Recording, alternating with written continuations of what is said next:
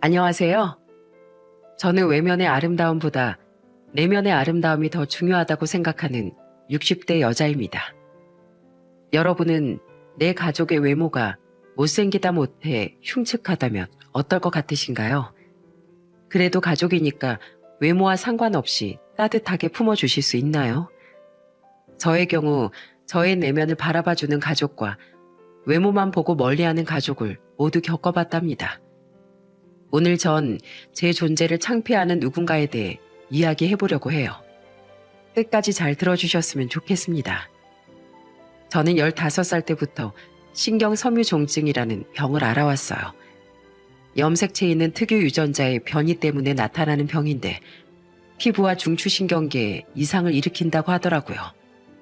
처음엔 얼굴에 작은 종양이 하나 생겼는데 그게 점점 커지면서 어느 순간부턴 얼굴 전체에 커다란 혹이 여러 개 생겼어요. 지나가는 사람들조차도 제 얼굴을 보면 깜짝깜짝 놀라거나 징그럽다고 손가락질을 할 정도였죠. 그래서 전 학창시절 내내 따돌림을 받고 불행한 생활을 했습니다. 그런데 사람은 누구나 다 짝이 있다고 했던가요? 그런 저에게도 사랑으로 대해주는 사람이 있었답니다. 그건 바로 저희 남편이었어요. 남편은 제 얼굴이 흉측하든 말든 상관없이 제 내면을 바라봐주는 아주 따뜻한 사람이었거든요. 저는 그런 남편과 결혼해 아들 하나, 딸 하나를 낳았답니다. 결혼하자마자 시댁에 들어가 시모를 모시고 살았는데 처음엔 시집살이가 좀 힘들었어요. 시모가 제 얼굴 때문에 모진 말을 내뱉을 때가 많았거든요. 시모는 제가 만든 음식을 밥상에 올릴 때마다 이렇게 말씀하시더라고요. 얘, 이건 좀 치워라. 네가 만든 걸 찝찝해서 어떻게 먹어? 그런데 너 그 병 없는 거 아니냐? 아유, 너한테 옮아서 얼굴이 혹부리 영감처럼 변해버릴 걸 생각하면 내 머리털이 아주 쭈뼛 서는구나. 어머님, 이거 없는 병 아니에요. 이게 없는 병이었으면 저랑 20년 넘게 같이 살았던 저희 가족들도 다 옮았어야죠. 지난번에 제 여동생 보셨잖아요. 얼굴에 뭐 작은 종기라도 하나 있었나요? 그거야 재수가 좋아서 안 옮았나 보지. 너희 가족들한테는 안 옮았어도 나한테 옮을 수도 있는 거 아니냐? 아, 수철 이젠 하필이면 저런 괴물 같은 애를 데려와선 얘 밥맛 떨어지니까 넌 방에 좀 들어가 있어라. 너만 보면 아주 어제 먹은 밥도 올라올 것 같다. 그럴 때마다 남편은 저 대신 나서서 시모와 싸워주더군요. 엄마, 왜 이러세요? 말씀이 너무 심하시잖아요. 이 사람이 얼굴이 이렇게 된 게 이 사람 잘못인 줄 알아요? 안 그래도 병 때문에 여태까지 손가락질 받으면서 힘들게 살았는데 우리만큼이라도 따뜻하게 대해줄 수 있잖아요. 엄마, 여잔 얼굴보다 내면이 더 중요하다면서요. 현명한 여자를 만나라고 하셨잖아요. 이 사람이 바로 그런 여자예요. 그러니까 제발 그런 심한 말씀은 하지 말아주세요. 하지만 시모는 계속해서 절 못마땅해 하셨어요. 저도 처음엔 참았는데 날이 갈수록 심해지니까 대들 수밖에 없더군요. 하루는 시모랑 같이 밭일을 하고 있었는데 동네분이 지나가시다 저희 밭에 들르신 거예요. 그런데 제 얼굴을 보고선 깜짝 놀라더니 시모한테 이렇게 말씀하시더군요. 어머나, 며느리 들여놓고서 보여주지도 않더니만 옆에 있는 게 며느리야? 며느리 얼굴이 왜 저래? 아유, 끔찍스러워라. 말도 마. 나도 볼 때마다 아주 깜짝깜짝 놀란다니까. 일이라도 잘하니까 데리고 있는 거지. 안 그랬으면 진작에 갖다 버렸어. 저는 그 말을 듣고 너무 화가 나 들고 있던 호미를 탁 내려놨습니다. 그리고 시모와 그 동네분에게 이렇게 얘기했어요. 아주머니, 제 얼굴이 그렇게 끔찍하세요? 그럼 안 쳐다보시면 되잖아요. 왜 남의 얼굴을 가지고 면전에서 그런 심한 말을 하세요? 아니, 그게 아니라, 아이고 참, 젊은 색시가 참 당돌하네. 솔직히 보기에 흉측한 거 맞잖아. 사람이 생각하는 대로 말도 못해? 아무리 그렇게 생각했어도 말할 땐 상대방 기분도 고려를 해주셔야죠. 제가 얼굴이 이런 것뿐이지 귀까지 안 들리는 줄 아세요? 동네 분들이 저 볼 때마다 수근거리는 거 저 다 들려요. 그리고 어머님, 일 못하면 갖다 버리겠다고요? 제가 이 집에 종으로 들어온 건가요? 저 이 집 며느리예요. 아무리 보기 싫으셔도 아드님 마누라고 어머님 며느리라고요. 어머, 아이애가 시애미 앞에서 웬 큰소리야? 너 소박 맞고 싶어서 환장했니? 아기같이 못생긴 걸 며느리 삼아줬으면 고마운 줄 알아야지. 어디서 따박따박 눈 크게 뜨고 말대꾸야? 너 이딴 식으로 할 거면 우리 집에서 나가라. 내가 내 아들한테 얘기해서 당장 이혼하라고 할 테니까 나가라고. 그럼 한번 말씀해 보세요. 과연 그이가 저랑 이혼한다고 할지 저도 궁금하네요.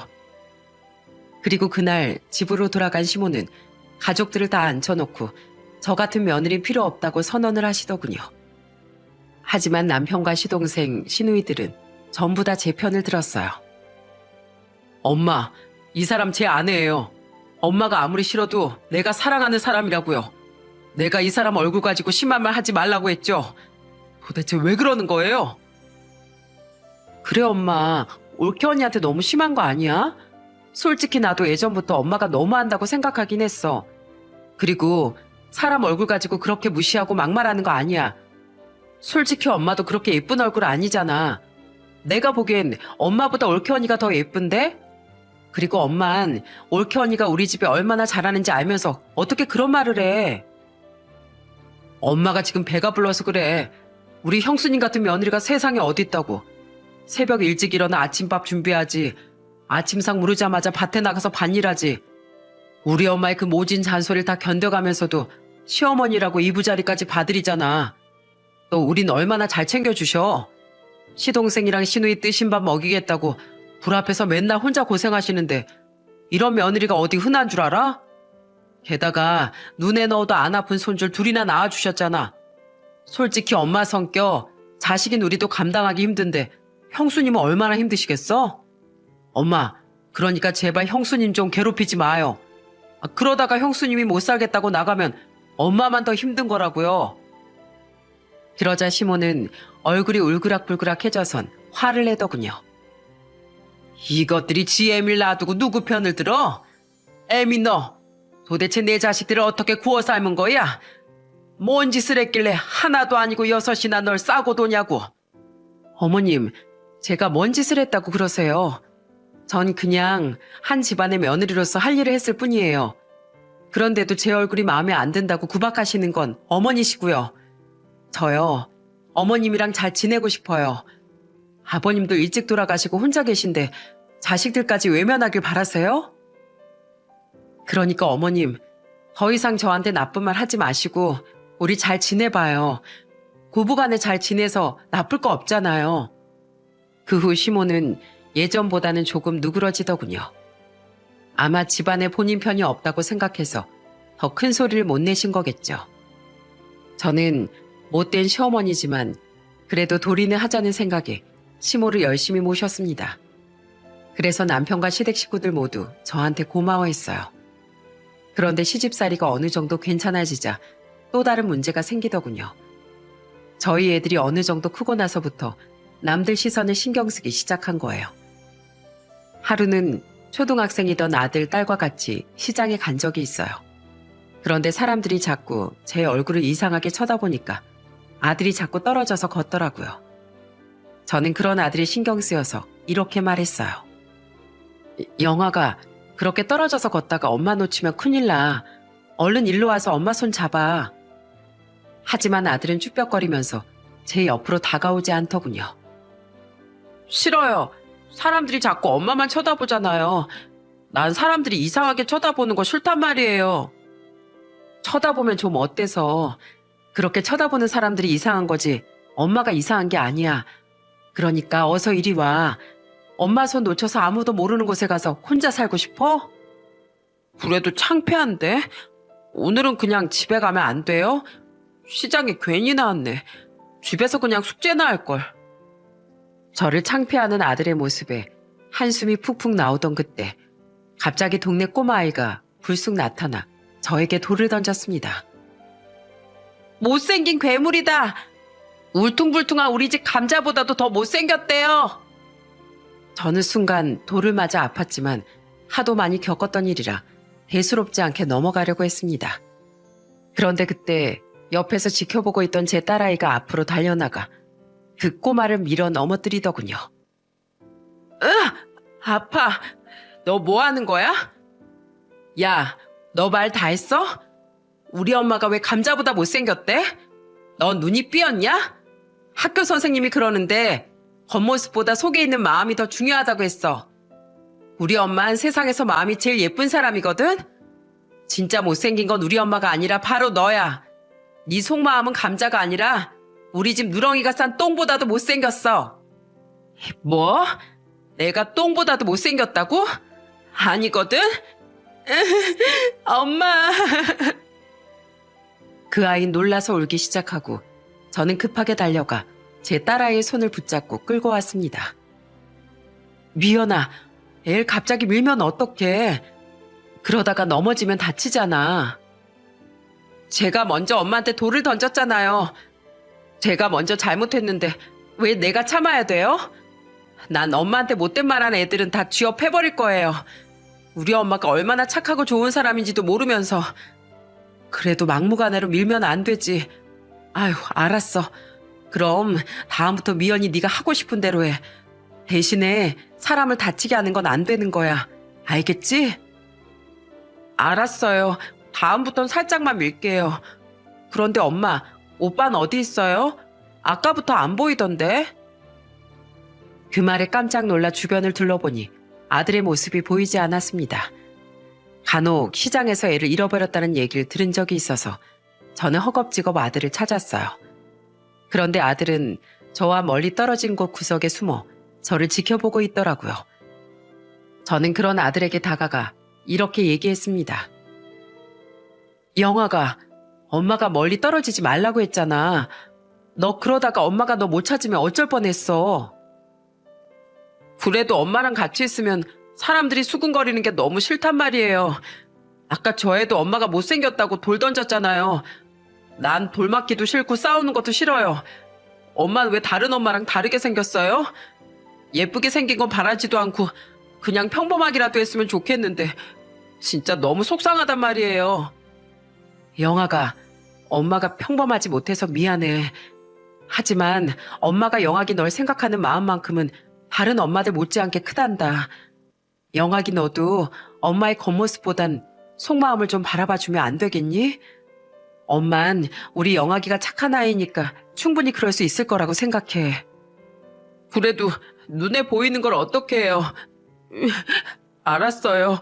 어떻게 해야 되는 건지 모르겠지만 한번 그렇게 해볼게요. 저는 아들을 꼭 안아주고 달래주었답니다. 그 어린 게 못난 엄마 때문에 마음고생하는 것 같아 안쓰럽더라고요. 그래도 아들이 철이 들면 저를 이해해 줄 수 있을 거라고 생각했습니다. 하지만 저를 끔찍히 생각해주는 딸과는 달리 아들은 그게 마음처럼 쉽지 않았나 봅니다. 커갈수록 점점 저를 창피하는 게 종종 눈에 보이더라고요. 아들이 중학생 때 하루는 표정이 너무 안 좋아 보이는 거예요. 제가 왜 그러냐고 물어도 대답도 안 하고 툴툴거리기만 하더군요. 결국 저는 남편에게 저 대신 한번 물어봐 달라고 얘기를 했습니다. 남편은 아들을 데리고 방으로 들어가더군요. 저는 닫혀있는 문 앞에 쭈그려 앉아 둘이 하는 얘기를 들었어요. 영학이 너 도대체 왜 그러는 거야? 학교에서 무슨 일 있어? 괜찮으니까 이 아빠한테 한번 얘기해봐. 그게 사실 친구들이 생일 때마다 돌아가면서 집에서 생일 파티를 하거든요. 조금 있으면 내 생일이라 친구들이 집에 놀러 온다고 하는데 친구들이 엄마 얼굴 보고 놀랄 거 생각하니까 겁이 난단 말이에요. 뭐? 엄마 때문에 그랬다는 거야? 그럼 네가 친구들이 놀라지 않게 잘 설명해주면 되지. 엄마가 아파서 그냥 겉모습만 그런 것뿐이니까 신경 쓰지 말라고 하면 되잖아. 그런 얘기 하는 것도 싫단 말이에요. 평범한 엄마였으면 그런 얘기는 할 필요도 없는 거잖아요. 그리고 친구들이 엄마 얼굴 보면 학교에서 내내 놀릴 게 뻔한데 그럼 저 학교 어떻게 다녀요? 아빤 내가 엄마 때문에 왕따 됐으면 좋겠어요? 왕따 무슨 왕따야? 네 동생 미연인 집에 친구도 자주 데려오고 엄마랑 손잡고 시장에도 자주 가는데 왕따는커녕 반에서 반장까지 하잖니. 엄마 얼굴 때문에 따돌림을 시키는 친구들이라면 차라리 절교하는 게 나아. 그런 친구들은 못된 놈들이니까 친하게 지내지도 말란 말이다. 싫어요. 내 친구들인데 왜 절교를 해요? 그냥 엄마가 제 생일 때 잠깐 밖에 나가 계시면 안 돼요? 그럼 다 해결되잖아요. 생일 밥상만 차려주고 그냥 밭에 가 계시라고 하세요. 네? 너 정말 안 되겠구나. 네 엄마가 얼마나 고생하면서 널 키웠는데 그런 말을 해? 너 도대체 그런 거 누구한테 배웠니? 네 할머니도 이제 엄마한테 그런 말씀 안 하시는데 도대체 누구한테 배웠냐고? 배운 게 아니라 그냥 기분이 나쁘단 말이에요. 우리 엄마는 하필 왜 그런 얼굴을 가지고 있는 거예요? 예쁜 사람도 많은데 아빠는 왜 그런 엄마랑 결혼했냐고요? 차라리 똥개라 결혼하는 게 낫지. 너 이 자식 말로 하니까 안 되겠구나. 아주 회초리 들어야 정신 차리지? 죄송해요. 그냥 속상해서 그런 건데. 너 엄마한테 그렇게 말 함부로 하는 거 아니야. 그리고 엄마가 그렇게 창피하면 네 친구들도 초대하지 마. 너처럼 엄마를 창피하는 아들은 집에서 생일 파티할 자격도 없는 거야. 그건 싫은데. 알았어요. 그냥 친구들 초대하면 되잖아요. 진짜 속상해. 가슴을 후벼 파는 아들의 말에 저는 너무 마음이 아파 밭에 나가 한참을 울었답니다. 하필이면 왜 나한테 이런 병이 찾아왔는지 하늘이 너무나 원망스러웠어요. 할 수만 있다면 영혼을 바쳐서라도 얼굴을 갈아엎고 싶은 심정이었습니다. 그런 와중에도 시간은 계속 흘렀고 작은 애가 대학생일 때 시어머니가 돌아가시고 말았어요. 치매에 걸리시는 바람에 병수발을 드느라 몇 년간 고생했는데 막상 돌아가시고 나니 가슴 한켠이 허하더라고요. 장례식장에서 모인 시댁 식구들은 다 저한테 다가와 한마디씩 해주었어요. 형수님, 그동안 정말 고생 많으셨어요. 맏며느리란 이유로 우리 엄마 치매 병수발까지 들고 정말 힘드셨죠? 친자식도 하기 힘든 일인데 형수님 덕분에 우리 엄마가 끝까지 외롭지 않게 갈 수 있어서 얼마나 감사한지 몰라요. 맞아요, 올케 언니. 올케 언니는 우리 집안에 없어서는 안 되는 존재예요.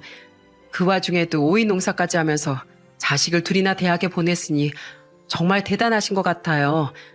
만약에 제가 언니였으면 그렇게 못했을 것 같아요. 우리 엄마 올케 언니를 참 많이 괴롭혔잖아요.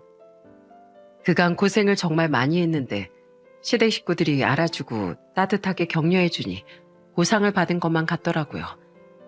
여태까지 며느리로서 최선을 다했으니 이젠 엄마로서 최선을 다할 일만 남았다는 생각이 들었습니다. 그 후 많은 시간이 흘렀어요. 애들은 모두 대학을 졸업해 아들은 중견기업에, 딸은 중소기업에 취업했습니다. 이제 지들 밥벌이는 알아서 하고 있으니 좋은 짝을 만나 결혼하기만을 바랬어요. 그런데 30대 초반에 결혼해 가정을 꾸린 딸과는 달리 아들은 번번이 만나던 여자들한테 차이면서 노총각 신세가 되었답니다. 그런데 아들이 40대 초반이 되었을 때 드디어 결혼을 하겠다며 여자를 데려왔어요. 며느린 평범한 직장에 다니는 사람이었는데 아들 말로는 성격이 좋다고 하더라고요. 그런데 처음 며느리가 저희 집에 인사를 하러 왔을 때 조금 마음에 걸리는 부분이 있었어요. 며느리가 집에 들어와 제 얼굴을 보자마자 입을 틀어막고 깜짝 놀란 겁니다.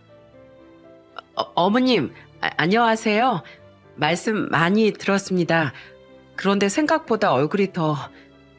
그러자 옆에 있던 아들이 어색하게 웃으며 이렇게 말하더군요. 괜찮아. 원래 처음 보는 사람들은 다 놀라. 그래도 많이 보면 적응돼. 엄마, 제 여자친구 장정연이에요. 되게 예쁘죠? 저는 저를 보고 놀라는 사람들을 하도 많이 보고 살았기 때문에 며느리의 그런 반응도 어느 정도 이해는 되었습니다. 그래서 아들과 며느리를 집에 들여서 같이 식사를 했죠.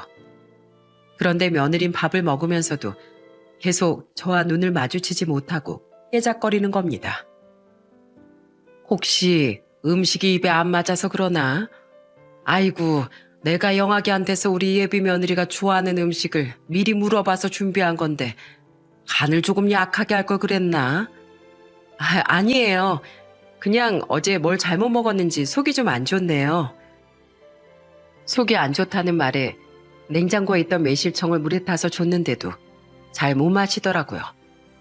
그래서 그냥 예비 시댁에 인사로 온 게 긴장돼서 그런가 보다 했습니다. 그리고 얼마 후 예비 사돈과 상견례를 하게 되었어요. 그런데 예비 사돈 역시 절 보자마자 언짢은 표정을 숨기지 못하더군요. 하지만 전 아들의 혼사를 망치고 싶진 않았기에 최대한 괜찮은 척하며 대화를 나누었어요. 그래서 신혼집은 사돈께서 해주시는 겁니까? 네, 아들이 결혼하는데 제가 당연히 해줘야죠. 신혼집 문제는 걱정하지 마세요. 이미 봐둔 데가 있고 애들도 마음에 들어하니 괜찮을 겁니다. 평수도 꽤 넓어서 나중에 아이 낳고 살기에도 좋을 거고요. 그럼 우리가 혼수만 채우면 되겠네요. 제 딸이 40 넘은 남자랑 결혼한다고 해서 걱정했는데 그래도 집은 해주신다고 하니 마음이 놓이네요. 사실 저희 아들이 직장 생활을 오래 하긴 했지만 모아둔 돈이 많지 않아 신혼집을 마련하기가 어려웠거든요. 그래서 전 오이 농사를 하며 벌었던 전 재산을 털어 아들 집을 마련해 주기로 했던 겁니다. 아직 기존 세입자가 살고 있어 결혼식이 끝난 후 3일 뒤에나 들어갈 수 있지만 그래도 애들이 넓은 집에서 편하게 살 수 있다고 생각하니 부모로서 할 일은 한 것 같아 뿌듯하더군요. 그런데 문제는 상견례가 끝난 후 발생했습니다. 결혼 준비가 순조롭게 진행되고 결혼식이 일주일밖에 안 남았는데 갑자기 아들이 집에 찾아와 저한테 충격적인 말을 하는 거예요. 엄마, 이런 말 하기 죄송한데 제 결혼식 때 혼주석에 앉지 말아주세요. 아니, 그냥 결혼식에 오지 말아주세요. 저는 순간 제가 뭘 잘못 들은 줄 알았습니다. 엄마인 저보고 혼주석에 앉지 말라는 것도 황당한데 결혼식에 오지 말라뇨? 저는 너무 황당해서 아들에게 이렇게 물었습니다. 그게 무슨 소리야? 결혼식에 오지 말라니. 내가 내 아들 결혼식에 왜 안 가? 그냥 그렇게 해주세요. 정현 씨가 엄마 얼굴 무서워서 싫대요. 그런 중요한 날 불편하게 웨딩드레스까지 입고 안 그래도 잔뜩 긴장하고 있을 텐데 엄마가 떡하니 앞에 앉아있으면 기분 나쁘고 결혼식 망칠 것 같아서 싫대요. 그러니까 그냥 그날은 집에서 쉬시다가 나중에 결혼식 영상 찍은 거 보시면 되잖아요. 그러자 옆에 있던 남편도 화가 나서 한마디 했습니다.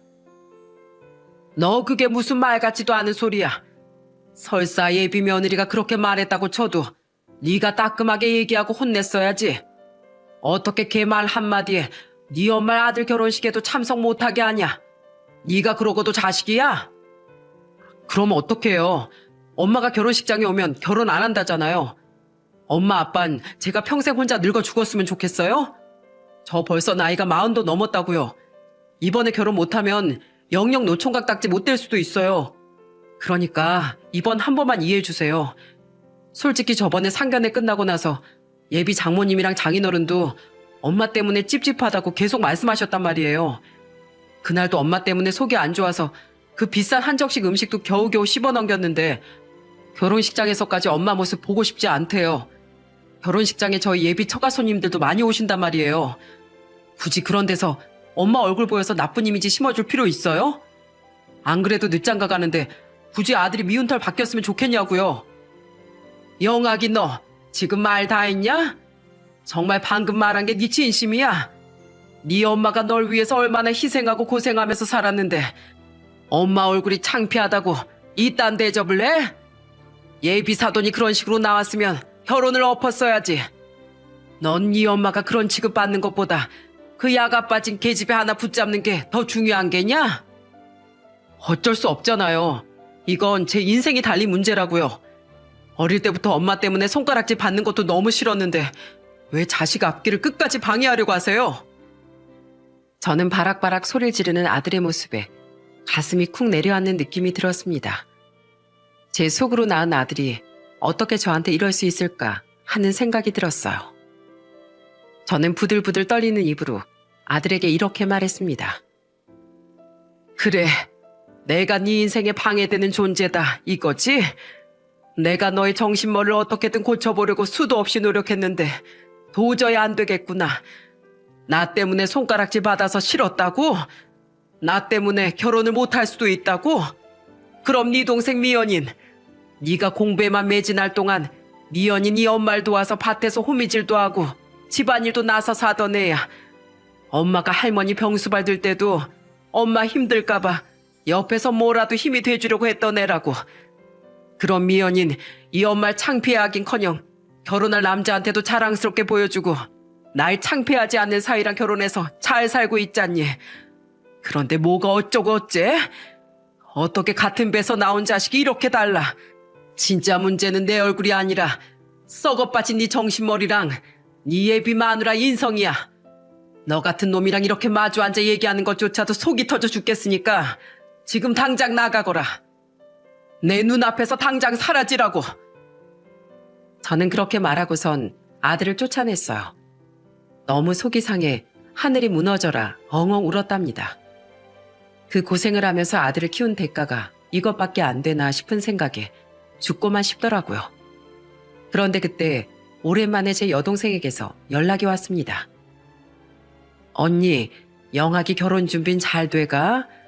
결혼식이 벌써 다음 주네. 딸 시집 보내고 이제 아들까지 결혼시키려니까 마음이 참 시원섭섭하겠어. 문희야, 내가 정말 너무 속상해서 미칠 것 같다. 나 이제 어쩜 좋니? 언니, 무슨 일이야? 아니 갑자기 왜 울고 그래? 언니, 잠깐만 기다려봐. 내가 언니 집으로 갈게.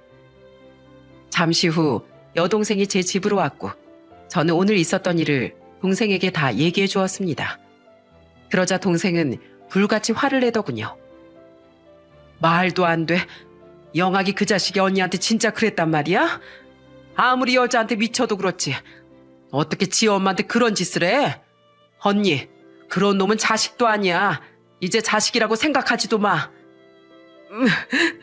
내가 전생에 무슨 죄를 지었길래 이런 일을 당해야 하는지. 문희야, 너도 알지? 내가 이 얼굴로 살면서 얼마나 힘들었는지. 얼굴에 종기가 하나씩 생기면서부터 동네 사람들이 나만 보면 괴물이라고 놀리고 욕했잖아. 게다가 우리 엄마 보고 얼마나 부정한 짓을 했으면 괴물 자식을 낳았냐면서 입에 담기도 힘든 말들을 짓거렸지. 그래도 나 그거 다 참으면서 평범하게 살려고 엄청 노력했다. 네 형부랑 결혼하고 나서도 우리 애들 잘 키우려고 잠도 줄이고 내 몸에 성한 데가 없을 때까지 그렇게 고생하면서 살았단 말이야.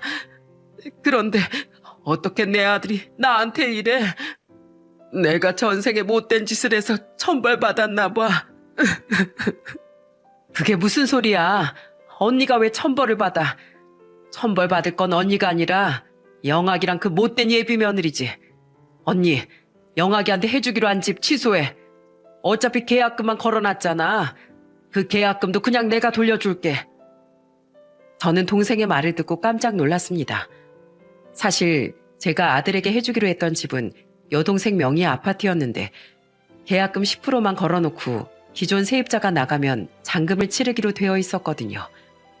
그런데 여동생은 계약금을 돌려줄 테니 그 집을 취소하라는 겁니다. 뭐라고? 계약금이 한두 푼도 아닌데 그걸 돌려주겠다고? 아유, 아니야. 취소하는 건 취소하는 거고 계약금은 넣었어. 괜히 내가 영학이한테 집 해준다고 계약금까지 걸어놔서 다른 세입자 구하려면 한참 걸릴 텐데 너한테까지 손해보게 할 수는 없잖아. 언니, 지금 누가 누굴 걱정해? 언니 나 돈 많은 거 몰라? 세입자 천천히 구해도 나 먹고 사는데 아무 지장도 없어. 그리고 그 집이 위치가 좋아서 금방 나갈 거야. 그러니까 계약금 도로 가져가고 그 집 취소해. 지 엄마가 평생 농사일하면서 모은 돈으로 집까지 해주는구만. 고마운 줄도 모르는 이 영학이 그 자식은 아주 길바닥에 나 앉아봐야 돼. 결국 저는 동생의 말에 따라 계약금을 돌려받고 그 집의 계약을 취소해버렸습니다. 그리고 아들에게 날리지도 않았죠. 절 엄마로 생각하지 않는 아들한테 집까지 해줄 필요는 없잖아요. 사실 저는 너무 기분이 나빠서 아들의 결혼식에 가지 않으려고 했어요. 그런데 이 모든 사실을 알게 된 제 딸이 이렇게 얘기하더군요. 엄마, 결혼식에 무조건 가요. 당연히 엄마가 혼주석에 앉아야 되는 건데 왜 오빠 말만 듣고 안 가야 되는데요? 엄마 안 가면 나도 안 갈 거예요. 그리고 아빠도 엄마 없이는 안 간다고 했다고요. 그러니까 당당하게 가서 혼주석에 앉으라 말이에요. 뭐가 무섭다고 엄마가 피해요? 결국 일주일이 지나 결혼식 당일 저는 결혼식장으로 향했습니다. 식이 이미 시작되고 신랑 신부 입장까지 마쳤을 때 당당하게 앞쪽으로 걸어 나갔어요. 그러자 하객으로 모든 사람들이 절 쳐다보고 아들과 며느리 그리고 사돈까지 사색이 되어 놀라더군요. 엄마, 여기 도대체 왜 왔어요? 내가 오지 말라고 했잖아요. 뭐야, 저 인간이 여길 왜 왔어? 자네, 이 결혼식에 자네 어머니 오지 못하게 하라고 내가 말하지 않았나? 이게 도대체 무슨 창피야? 사람들이 이렇게 많은데 저 징그러운 얼굴을 어떻게 보여줄 수가 있냐고. 아, 진짜 짜증나. 영학씨, 당신 엄마 당장 끌어내. 내가 제발 내 결혼식 망치지 말아달라고 했잖아. 이따가 가족끼리 사진도 찍어야 되는데 저런 역겨운 얼굴이랑 어떻게 사진을 같이 찍냔 말이야. 사람들이 웅성거리기 시작하고 저는 아들과 며느리 앞에 떡하니 서서 이렇게 말했습니다. 내 아들 결혼식인데 내가 왜 못 와? 난 이 결혼식에 올 권리가 차고 넘치게 있는 사람이야. 에이씨, 엄마, 도대체 왜 그래요? 딱 오늘 하루만 참아주면 되잖아요. 그게 그렇게 어려운 부탁이에요? 아들 결혼을 기어코 망치고 싶으시냐고요? 그런데 그때 제 여동생이 앞으로 성큼성큼 걸어 나와 아들에게 이렇게 소리치더군요. 야, 네가 우리 언니 보고 창피하니까 결혼식 오지 말라고 했다면서? 네가 그러고도 사람이야? 어떻게 그 고생을 하면서 질 키워주는 엄마를 창피하다는 이유로 결혼식에 오지도 못하게 해? 너 이렇게 호로 자식이었니? 여자에 미쳐가지고 지 엄마도 못 알아보는 또라이였냐고. 이모는 또 왜 그래요? 아우, 진짜 왜 다들 내 결혼식에 와서 이 난리를 치는 건데요? 그냥 좀 조용히 넘어가면 안 돼요? 조용히 넘어가? 그럼 네가 그딴 쓰레기 짓을 하지 말았어야지. 우리 언니가 아파서 얼굴이 이렇게 됐어도 널 낳아주고 키워준 엄마야. 하다못해 짐승들도 지혜미나 알아보는데 넌 짐승보다도 못한 놈이구나. 우리 언니가 너 같은 놈 키우느라 그동안 고생한 거 생각하면 내가 열을 밤낮을 울어도 모자라. 그런데 넌 네 엄마한테 창피하다느니 역겹다느니 하는 저놈의 집구석이랑 기어코 엮이고 싶다 이거지? 네 엄마 가슴에 대못을 박아놓고 저 기집애한테 휘둘리겠다 이거지? 휘둘리게 누가 휘둘린다고 그래요? 그냥 그런 의견이 있으니까 받아준 것뿐이라고요. 결혼하는데 그 정도는 이해해 줄 수 있잖아요. 이해? 이해라는 것도 정도가 있는 거야. 남의 엄마한테 함부로 이야기하는 저놈의 집구석 인간들이랑 넌 그 어떤 성인군자가 와도 이해 못하는 쓰레기 중에 쓰레기야. 너 이거 아주 우리 집안 망신시키는 일이라고. 그러자 이 모든 걸 듣고 있던 저희 친척들이 나서더군요. 특히 시동생과 시누이들이 벌떡 일어나 아들에게 손가락질까지 했어요. 너 이 자식, 네가 감히 네 엄마한테 그런 짓을 해? 너희 엄마가 우리 집에 시집 와서 얼마나 고생하셨는데 이 세상에서 제일 천사 같은 사람을 고르라고 하면 그게 바로 너희 엄마야. 그래, 이 개만도 못한 호로 자식아. 우리 올케 언니가 너 때문에 피눈물 흘렸을 거 생각하면 내 아주 가슴이 찢어진다 찢어져. 그 어린 걸 얻고서 반일까지 했던 올케 언니인데 어떻게 나도 저런 짐승보다 못한 자식을 낳았을까? 네가 이렇게 클 줄 알았으면 차라리 내가 올케 언니 몰래 널 어디 갖다 버리고 그랬다. 어차피 개처럼 자랄 거 들깨랑 같이 크라고 숲에다가 확 버릴 거 그랬다고. 아, 진짜 다들 왜 이래요? 지금 내 결혼식이에요. 아무리 무식해도 그렇지 어떻게 이렇게 많은 사람들이 모여있는 자리에서 이 난리를 쳐요? 그러자 옆에서 바득바득 이를 갈고 있던 제 딸아이가 성큼성큼 걸어가 아들의 뺨을 세게 후려치더군요. 야, 네가 말할 때마다 그 입에서 썩은 내가 진동하니까 제발 조용히 해. 너 같은 건 이제 내 오빠도 아니야. 그동안 은근슬쩍 엄마 무시하고 창피하는 거 내가 다 참았는데 이젠 도저히 못 참아. 엄마, 가요. 저딴 인간 결혼하든지 말든지 신경 쓰지 말고 집에 가자고요. 그래 여보, 나도 저딴 자식은 내 아들로 생각하지 않을 거야.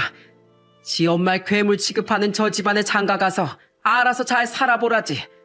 여보, 얼른 가자. 여기서 시간 낭비하는 것도 아까워. 저는 남편과 딸을 따라 결혼식장을 빠져나가기 전 아들에게 마지막으로 한마디 했습니다. 그래, 네가 그렇게 원한다니 네 엄마 자리에서 빠져주마. 다시 나한테 도움받을 생각도 하지 말고 엄마라고 부를 생각도 하지 말거라. 결국 저는 그 자리를 빠져나왔고 쫓아나온 친척들에게 정말 많은 위로를 받았어요. 다들 어떻게 저런 호로 자식을 키웠냐고, 또 하필이면 저런 인간 말종 같은 집구석이랑 엮였냐면서 욕을 해주더라고요. 저는 그런 친척들에게 여기까지 시간 내서 먼 길 와줬는데 이런 모습 보여드려서 죄송하다고 사과를 했답니다. 결국 대부분의 하객이 결혼식장을 빠져나왔어요. 사돈 쪽 가족들이랑 아들이랑 며느리의 지인 몇 명만 남기고 결혼식을 진행하는 것 같더군요. 저는 그러던지 말던지 집으로 돌아왔습니다. 그리고 3일 후 아들한테서 연락이 왔어요. 아들은 다짜고짜 저한테 화를 내더군요. 엄마, 이게 도대체 어떻게 된 일이에요? 집 계약이 취소됐다뇨? 지금 소파며 뭐며 오늘 다 배달 오기로 했는데 집에 들어갈 수가 없잖아요. 넌 참 뻔뻔하구나. 나보고 창피하다면서 결혼식에도 오지 말라고 하더니만 집은 해주길 바라는 게냐? 넌 내가 말했지? 네 엄마 자리에서 빠져주겠다고. 넌 더 이상 내 아들도 아닌데 내가 왜 네 신혼집을 해줘야 돼? 아이씨, 그래도 이건 아니죠. 신혼집은 예전부터 해주기로 한 거잖아요. 그럼 이 가구랑 가전제품들은 다 어떡해요? 에어컨이랑 이것저것 설치한다고 설치 기사들도 다 불렀는데 돈만 주고 보내게 생겼잖아요. 그리고 이미 결혼까지 했는데 집 없이 어떻게 살라고요? 그건 내 알 바 아니다. 네가 택한 결혼이니 네가 알아서 해. 아니면 그렇게 잘난 네 처가에 한번 얘기해 보던가. 그건 안 되죠. 엄마가 집 해주는 대신 처가에서 혼수해 주기로 한 거잖아요. 그냥 이번 한 번만 넘어가면 안 돼요? 지금 배송원 가구들이 복도에 꽉 막고 있어서 같은 층 사람들이 항의하고 난리 났단 말이에요. 신혼집 입주하는 것 때문에 일부러 신혼여행도 늦춰서 가는 건데 엄마 진짜 너무하는 거 아니에요? 너무한 건 네가 너무한 거겠지. 아무튼 난 너랑 더 이상 할 말 없으니까 전화 끊어. 엄마가 정 안 된다고 하면 내가 이모한테 전화해서라도 따질 거예요. 계약까지 다 해놓고 이러는 게 어딨어요? 그래, 따지고 싶으면 어디 따져봐. 네 이모가 잘도 네 편을 들어주겠다. 욕 처먹고 싶으면 한번 전화해보라고. 진짜 미치겠네. 엄마, 나 진짜 돌아버리는 꼴 보고 싶어요? 왜 아들 앞길을 이렇게 막냐고요? 누가 아들이야? 다시 한번 말하지만 넌 이제 내 아들 아니야. 어차피 남남인데 네 앞길이 어떻게 되든 말든 나랑 무슨 상관이야? 그러니까 시끄럽게 하지 말고 전화 끊어. 너랑은 1분 1초도 얘기하고 싶지 않으니까. 결국 저는 전화를 끊었고 아들한테서 여러 번 더 전화가 왔지만 받지 않았습니다. 아들은 어쩔 수 없이 남편과 딸에게 전화해서 하소연을 하나 본데 다들 아들을 용서해주지 않았어요. 결국 아들은 오갈 데가 없어져 작은 투룸을 하나 급하게 구한 것 같더군요.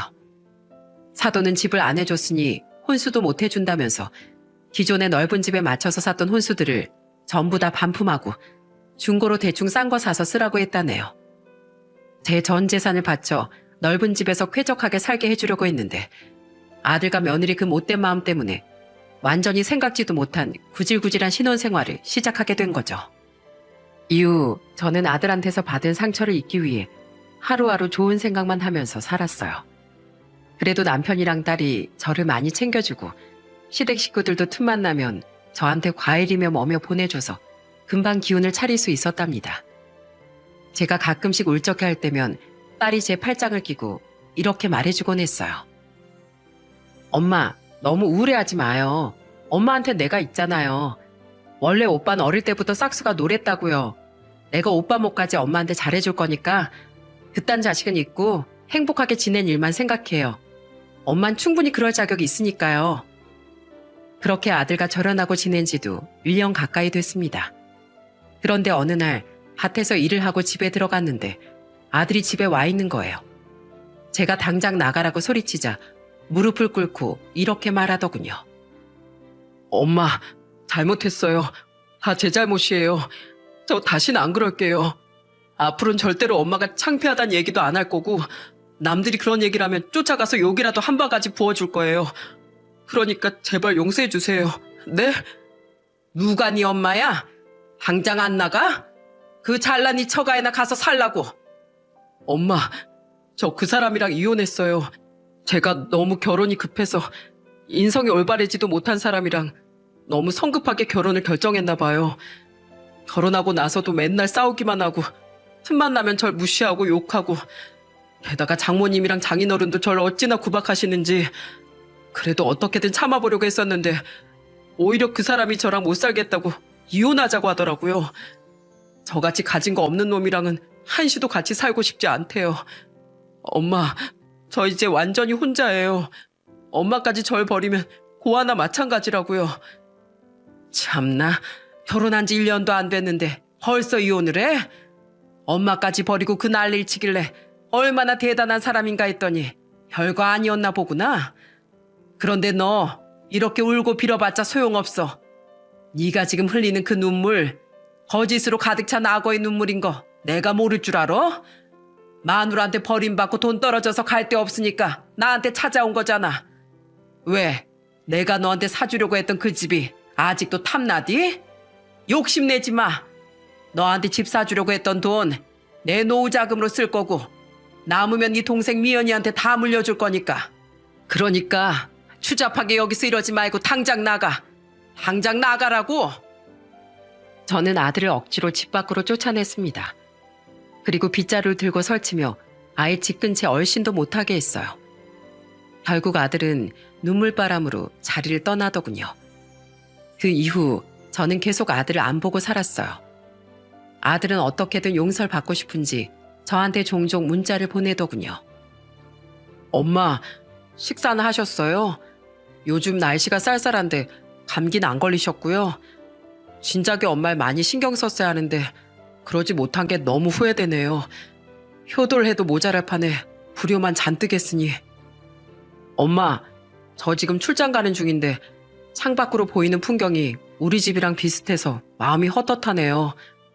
예전엔 시골에 사는 게 창피할 때도 있었는데 지금은 너무 그리워서 미칠 것 같아요. 언젠간 저도 다시 그 집에 가서 엄마랑 도란도란 밥도 먹고 밭일도 도와주고 할 수 있을까요? 언제가 될지 모르겠지만 꼭 그런 날이 왔으면 좋겠네요. 엄마, 얼마 전에 생신이셨죠? 생신 핑계로 찾아뵐까 말까 엄청 고민했는데 엄마가 제 얼굴 보면 괜히 좋은 날에 기분만 상하실까 봐 가보지도 못했네요. 제가 이렇게 용기가 없는 놈이에요. 엄마, 그래도 저 계속 반성하고 있어요. 엄마가 끝까지 저를 안 받아주실 수도 있지만 그래도 저 계속 노력해보려고요. 엄마, 너무 보고 싶어요. 저는 그 문자를 볼 때마다 가슴이 아려왔지만 답장은 한 번도 하지 않았습니다. 아직은 아들을 용서해 줄 수가 없었거든요. 벌써 아들을 안 보고 산 지도 1년 7개월이 지났지만 제가 받은 상처가 너무 커서 그걸 치유하기엔 더 많은 시간이 필요할 것 같아요. 그래서 전 어떻게든 씩씩하게 남은 여생을 보내려고 노력하고 있답니다. 그리고 전 앞으로 더 행복하게 살기 위해 몇 달 전에 큰 결심을 했어요. 드디어 제 얼굴을 뒤덮고 있는 혹들을 수술하기로 했거든요. 수술비도 만만치 않고 부작용도 있을 수 있는 큰 수술이었지만 여태까지 힘들었던 그 세월들을 보상받는 의미에서 용기 내봤습니다. 그런데 제가 수술을 받는다고 하자 딸이 제게 수술비를 턱하니 건네더군요. 저는 너무 놀라 딸에게 물었어요. 미연아, 이게 뭐니? 나 이 돈 필요 없어. 너도 애들 키우느라 앞으로 돈 많이 들어갈 텐데 이걸 도대체 왜 나한테 주는 거야? 엄마, 그냥 받아주면 안 돼요? 엄마 수술비로 보태고 싶단 말이에요. 엄마 그동안 고생도 진짜 많이 하고 날 이렇게 바르게 잘 키워줬는데 내가 당연히 이 정도는 해야죠. 아니야, 그럴 필요 없어. 난 엄마로서 당연히 해야 할 일을 한 것뿐이야. 그리고 나 돈 있어 얘. 네 오빠 집 해주려고 했던 돈이면 수술 충분히 받고도 남아. 그러니까 이건 도로 가져가. 난 네가 이 엄마를 생각해주는 그 마음 하나로도 충분해. 결국 저는 딸에게 그 돈을 돌려줬고 딸은 엄마한테 더 잘해주지 못해 미안하다며 울더군요. 여태까지 충분히 잘해줬는데 뭘 더 잘해준다는 건지. 정말 제 딸이지만 세상에서 가장 효녀인 것 같아요. 딸은 제가 수술대에 들어가기 전까지 제 손을 꼭 잡아주더라고요. 이후 수술은 성공적으로 끝났습니다. 회복하려면 한참 걸리지만 얼굴에 나있던 그 혹들이 없어졌다는 사실이 믿어지질 않더라고요. 얼굴을 뒤덮고 있던 그 울퉁불퉁한 혹들이 70%나 사라지니까 하늘을 날아갈 것처럼 얼굴이 가벼워졌어요. 회복을 다 하고 나서도 흉터 때문에 남들처럼 예쁜 얼굴은 가질 수 없겠지만 그래도 전 그걸로 충분히 만족한답니다. 수술로 없애버린 그 혹들과 함께 제 인생의 고난과 상처들도 다 하늘에 날려버렸거든요. 탈무드의 명언 중에 이런 말이 있다네요. 항아리를 보지 말고 그 안에 든 것을 보아라. 사람의 겉모습만으로 판단하지 말고 그 내면을 보라는 말인데요. 흉측한 외모로 평생을 살아온 저에겐 정말 가슴에 와닿는 명언이랍니다. 저 말고도 이런저런 이유로 남들이 눈살을 찌푸릴 만한 외모를 가지신 분들이 있을 거예요. 혹시라도 주변에 그런 사람이 있다면 겉모습만 보고 멀리하기보단 그 사람의 내면에 어떤 모습이 있는지 유심히 바라봐 주셨으면 좋겠습니다. 혹시 알아요? 그 안에 아주 아름다운 다이아몬드가 있을 수도 있잖아요. 여러분, 제 이야기는 여기에서 마칠게요. 전 앞으로 남은 여생을 행복하게 살아갈 생각이니 여러분들도 앞으로 일상에 따뜻한 햇살만 가득하시길 바라겠습니다. 제 이야기를 들어주셔서 정말 감사합니다.